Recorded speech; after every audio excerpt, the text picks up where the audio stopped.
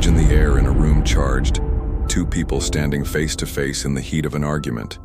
Heart pounding, muscles tight, every pause a weapon, words sharp as blades, and each mind racing to find not understanding, but the next blow, the perfect reason, the clever comeback, the knockout line, as if victory were measured by volume or by the last word spoken. And yet beneath all this noise, another voice, quieter, slips in, pointing out the real cost that both have already paid. The moment this battle began, the moment attention and emotion were handed over, the moment someone else could push a button inside you, the moment power left your center. Here is the invisible defeat, because power, if it means anything beyond the surface, is not about winning arguments or yelling the loudest. It is not in overtalking or clever comebacks.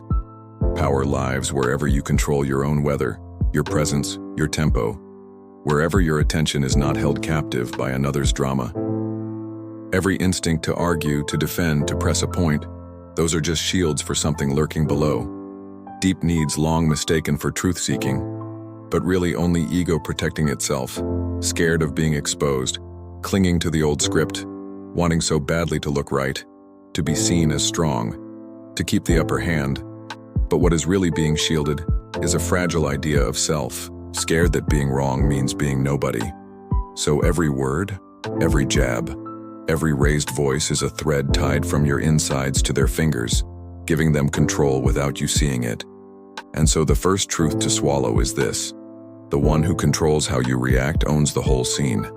When you feel the heat and answer on reflex, you have already left the throne. Now shift to another scene. Around a big table, one person is loud, blowing smoke, desperate to be heard, and another sits back. Maybe says nothing at first, waits, listens, breathes, holds the floor by letting it stay unsettled, watching others spend themselves in noise, and when they finally speak, it's a precise phrase. The energy tilts, everyone feels it, because gravity is silent, not showy, and the real power is not in speech but in the quiet that shapes how all speech is received. Silence is not the absence of words but the presence of self-control, the moment you can let the chaos wash over you without stepping off your own foundation. The great minds, the philosopher who undresses dogma with a single question, the designer who wins wars without shouting, the swordsman who wins before anyone draws steel, all of them move the same way, never fighting on demand, never letting another dictate the terms, buying time with breath, refusing to enter the battle until it's on their ground. And when they finally move, every move is felt because it comes from choice, not reactivity. It's less about what you say, more about who places the first true frame. Set the question before the answer. Decide what the ground rules will be. Make the terms explicit, not hidden. So when pressure comes to make you rush or fumble, you drop a boundary instead. Not here, not like this, or simply, this conversation happens tomorrow, not tonight, and you reclaim the theater from spectacle to structure. You learn to spot the psychological loops, confirmation bias, backfire effect, the way being challenged just hardens the mind, not softens, and every identity tangle that hides beneath the surface of any heated debate. Knowing that, you step out of the trap, you choose stillness over the urge to win, you give permission only to those who've shown they can listen, you notice the ways the crowd wants a show, and you refuse to provide it. Now the secret is simple. Whenever you feel urgency, hurry, the pulse racing up your neck, you borrow from the rituals of the calm. Breathe for 4, hold for 2, breathe out slow for 6. Anchor your focus in your own chest and don't let your attention be sold for cheap, because calmness reads as confidence. And those who need to shout are almost always showing their own emptiness, while the room realigns around someone who refuses the bait.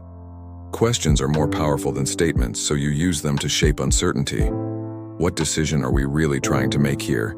What evidence could ever change your mind? Is this about facts or about being seen? And when you get answers that show this is not fertile ground for truth, you don't engage. You let silence hold its own.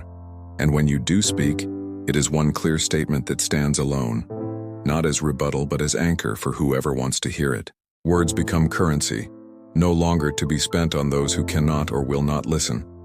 And so you use them where they matter, and where speech will only invite more noise, You let absence say what presence cannot, because absence is also a posture, and people always remember how they felt more than what you said. That is the power of restraint. So the next time conflict looms, survey the ground, name your purpose, decide your terms, and if the game is not worth your energy, don't pay the fee to enter. Let your weather remain undisturbed. And if ever you are called to speak, speak as if every word has a cost, because dignity is expensive. If you lose your temper, if you run your mouth and regret it, forgive yourself, reset. Remember, it isn't about being perfect, only about learning to answer less and listen more to your own reasons for speaking. Because integrity is not silence or noise. It's knowing whose music you are dancing to.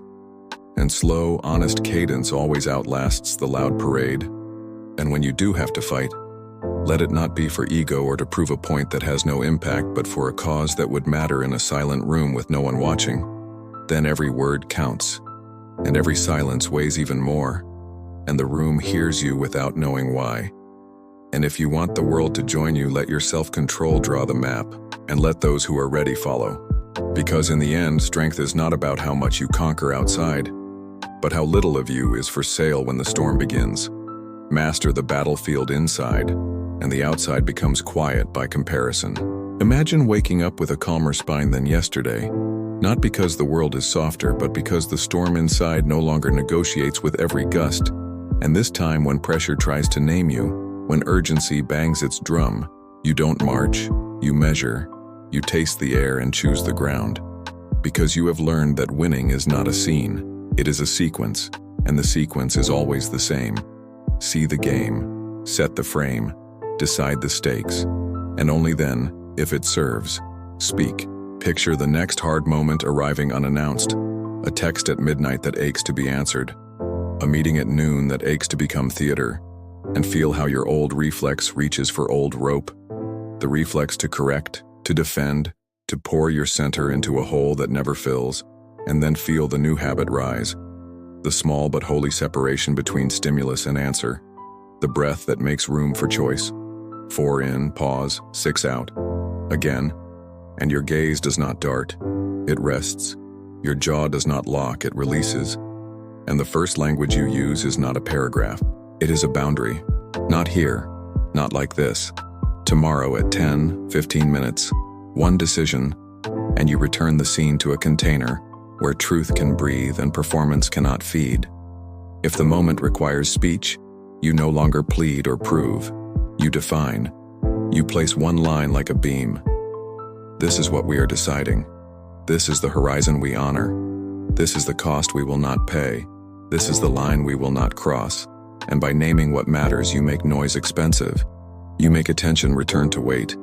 And rooms that expected a show find themselves quiet without quite knowing why. You have learned to carry questions like lanterns because the right question turns confusion into self-revelation without a single raised voice. Is this about being right or being useful? What would change your mind? What would make this decision true a month from now, and when answers confess there is no curiosity, only combat? You do not bring a violin to a knife fight and call it grace. You step back into daylight where oxygen exists, and so does your life. You begin to notice how much of your time was spent in fights you never chose. How many nights you paid with your nervous system for the privilege of having the last word in a room that forgot what words are for. And you cut those expenses. You install a budget in your mouth. You spend less. You earn more with silence. And the strange thing happens. Your voice gains presence because it is no longer everywhere. It is here, when it matters, stitched to a spine that does not bend for applause. And when conflict is necessary, you do not shrink away from the forge. You walk into it on your terms, not to prove that you exist, but to shape what will exist after this moment ends and you feel the difference in your body. There is less heat, more heat sink, less threat, more clarity, less need to be seen, more desire to make something true, and other people's urgency loses the right to rent your lungs. There will be those who try to sell you small wars to keep you busy. The war of the clever comment, the war of the wounded pride, the war of the endless correction, and you decline with a softness that is not weakness. I'm not available for that. Then you return to work that grows your life instead of shrinking it. Because not every ring of the bell is a call you answer, some bells are just noise. On days when your calm fails, when you find yourself mid-argument, already deep in the old ditch, you do not dig deeper to justify the fall. You climb. You make a mid-battle truce with your own breath. You release your jaw, and you say the sentence that ends most bad scenes without a curtain. I need time to think. We'll revisit this at 3. And you leave with your dignity intact. Because escape is not cowardice when the house is on fire and someone else brought the gasoline. Now consider what mastery looks like over a week lived like this. Your mornings begin with a minute of gravity, feet flat, hand on your chest, breath like a metronome that the day will learn, one sentence anchored where it counts. I will not spend myself to win a scene. Then your day is cut with small acts that keep you sovereign, a no that protects your yes, a pause before a send, a walk without noise so the mind can return to its owner. And your nights end with the simplest audit in the world. Where did I keep myself? Where did I leave? Tomorrow I keep more. You also learn to listen for the oldest bait of all, the bait that makes every debate feel like a courtroom for your identity. Because when someone tries to put yourself on trial, you do not step into the witness box. You step out of the building. And if something needs to be said, you say it as if no one is watching, because that is what makes words honest. This is what I am willing to do. This is what I am unwilling to be.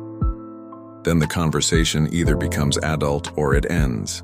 And both of those are mercies. In rooms where people equate loud with right, you refuse the exchange rate. You let your stillness carry voltage. You let questions do the lifting. You let time expose the fragile scaffolding of certainty. And you discover that influence is quieter than you were taught. It moves like water, not like fire. It finds the cracks, it wears the rock, it does not shout. It shapes. If you lead others, your silence becomes a shelter, a signal that panic is not policy, that speed cannot bully wisdom, that we will decide when the decision is ready, not when anxiety demands a sacrifice. And you will be tested for this. You will be called cold by those who need you hot. You will be called evasive by those who need you to bleed. You will take those words and let them fall to the floor where they belong, because a leader who confuses drama for leadership becomes a stagehand for fear, and you were not hired by fear. If you love someone, your restraint becomes a gift. You stop turning every discomfort into a debate. You stop treating every difference as a verdict. You let the other person be wrong without making them small. You let yourself be wrong without making yourself disappear. And you learn the hardest sentence to say without a tremor, I hear you, and the second hardest, I don't agree. And the two together become a bridge that arguments cannot burn. If you parent, you model a power that does not require volume. You make eye contact with chaos and lower the temperature by lowering your voice. You let tantrum be weather, not war. You say we will talk when our bodies are quiet, and you show what it means to keep a home inside your chest that a storm cannot steal. And that is how children inherit a government they can trust later, when rooms without you try to drag them into noise. And to yourself, you finally tell the truth you needed years ago. Not everything deserves a response. Not every fight deserves a champion.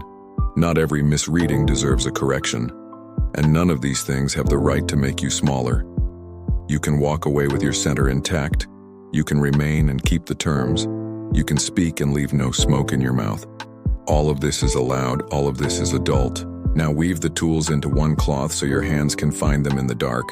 First the breath, always the breath, because breath is the handle of the mind. Then the frame, what are we actually deciding? Then the container, when and for how long? Then the decision, one sentence once, and if the room cannot accept the terms, the room does not get to borrow your nervous system. You exit without slamming the door. You let the hinge whisper for you. It is a strange mercy, the day you realize you do not need to be understood to be at peace, that comprehension is sweet but not necessary, that agreement is good but not mandatory, that your center can remain yours while others stay themselves, and so you stop selling your presence to purchase consensus, and the cost of being misunderstood drops to a price you can pay without resentment. And finally, imagine looking back a few months from now, noticing how often you stayed seated on your own throne, how rarely you were dragged to someone else's stage, how many times you let silence do magnificent work, how many sentences you chose not to spend, and the weight those you did spend carried, and feel in your bones the difference between a life filled with winning arguments and a life founded on unprovocable presence. One is a string of trophies that gather dust. The other is a house you can live in. So when the next storm forms in the doorway and invites you to be weather, you do what you have learned to do. You remain climate, a climate others can trust. You let the thunder burn out against the walls. You let the rain teach patience. You let lightning expose what tantrum tries to hide.